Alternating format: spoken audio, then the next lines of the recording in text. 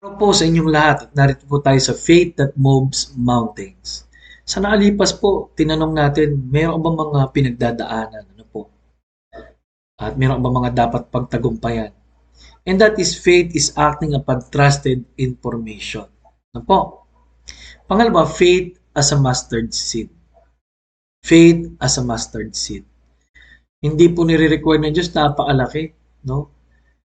Faith that moves mountains. Ang gusto lang ng Diyos simple, no? Magtiwala lang tayo sa Kanya. Siya kasi ang kikilos, hindi po tayo. Ano po? At pag sinabing faith that moves mountains, He is in control. Ano po? We need to forgive. At pangatlo po, makikita po natin yung pag-worship natin sa Diyos sa verse number 17, no? Yung house of prayer. Prayer is very important at ang tahanan niya ay napakalaga. Ano po, yung pagsamba po sa Diyos tuwing araw po ng linggo. Okay? Ngayon, babasahin po natin yung natitira pong mga verses. Verse 27, "And they come again to Jerusalem, and as he was walking in the temple, there come to him the chief priests and the scribes and the elders, and say unto him, But what authority dost thou these things? And who gave thee this authority to do these things? And Jesus answered and said unto them, I will also ask of you one question, and answer me, and I will tell you by what authority I do these things. The baptism of John, was it from heaven or of men? Answer me. And they reasoned with themselves, saying, If we shall say from heaven, he will say, Why then ye not believe him? But if we shall say of men, they feared the people, for all men counted John that he was a prophet indeed. And they answered and said unto Jesus, We cannot tell. And Jesus answering said unto them, Neither do I tell you by what authority I do these things. Mga minamahal, tinanong ng mga kaaway ng Panginoon kung sang autoridad mo ginagawa mga bagay nito. Kasi po, sila po ay, yung mga Pariseyo, naniniwala sila, authoritative sila dahil galing pa sila sa lahi ni Abraham. Ano? Ngayon, ang talino ng Panginoong Hesus at ang sabi niya, ay tanungin ko rin kayo, yung ginagawa ba ni John the Baptist, ano yun, authority galing sa Diyos o sa tao? Ngayon, pag sinabi nilang sa tao, magagalit yung mga tao dahil kilala nila si John the Baptist na propeta. Pag sinabi naman nila na sa Diyos, di parang sumaayon na rin sila na si Jesus ay Diyos dahil ang pinapangaral ni John the Baptist na si Jesus ang tagapagligtas at Diyos. Ano po? Kaya hindi nakasagot yung mga tumalis na lang, no? Kaya ang sabi ng Panginoon, so hindi ko rin sasabihin kung what authority o paano autoridad ang kaninang authority ko ginagawa ang mga bagay na ito.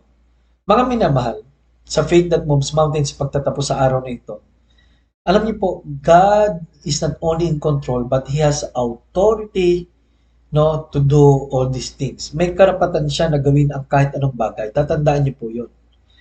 Huwag tayo magmamaktol sa Diyos pagka tayo po ay nagkasakit.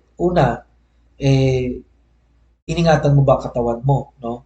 Pangalawa, may authority ang Diyos sa ating po mga buhay. Ano po?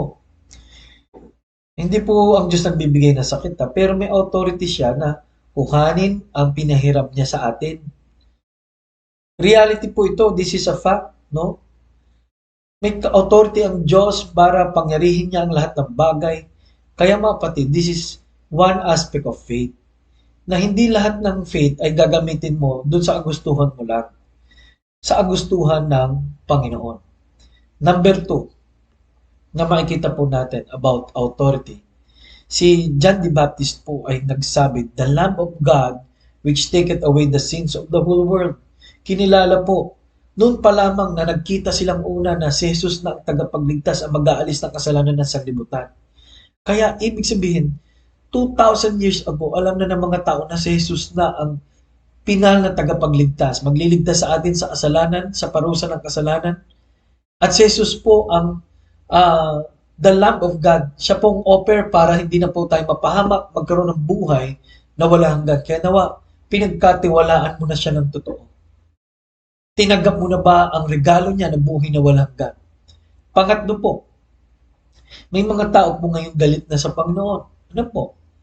Katulad nung panahon niya, nawa po yung faith mo ay hindi sa kung saan-saan kundi tunay sa Panginoon. Ano po? Kasi po ang ayaw ng iba, marami daw bawal. Alam niyo po, isang araw, may isang aso na ang pangalan ay Brownie at Whitey. Si Brownie, eh, merong amo at saka meron siyang maliit na bahay sa labas ng bahay. Araw-araw naman siyang pinapakain, iginagala, ngunit kailangan na atali siya dahil para hindi siya tumakbo kung saan-saan. Isang araw may dumating na aso na walang amo, kung saan-saan pumupunta, walang tali, pag-alagala. Ang saya-saya nila, mga barkadang aso. Yun ay si Whitey. Sabi ni Whitey, alam mo, Brownie, dapat sumama ka na lang sa amin. Kami, tingnan mo, dami naming pinapasyalan. Hindi katulad mo, nandiyan ka lang. At kung kailan ka lang ilalabas, at saka may oras yung mga punta mo sa palengke, kami, anytime. Ngayon, lagi siyang kinukumbinsi ni Whitey. Ngunit isang araw, hinahanap ni Brownie si Whitey at hindi napadaan doon sa kanilang gate. Sabi, ano ay nangyari?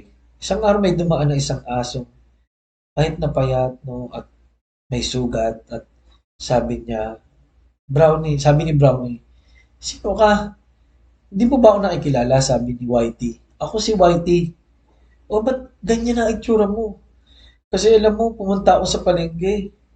Kinain ko yung ilang mga karne at nahagilap ako ng taga nung may-ari nung ah, sa slaughterhouse, yung tagtara ng baboy. At eto, may sakit ako.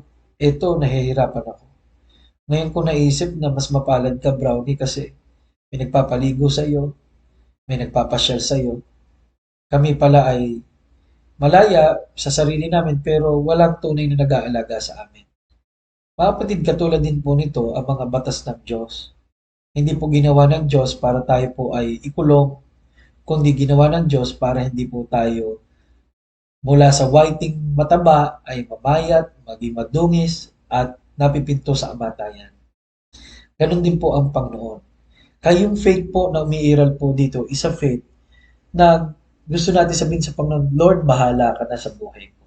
I-guide mo ako. Tulungan mo ako. Ang mga tao nagpapaguide lang po ngayon pagka po mayroong problema.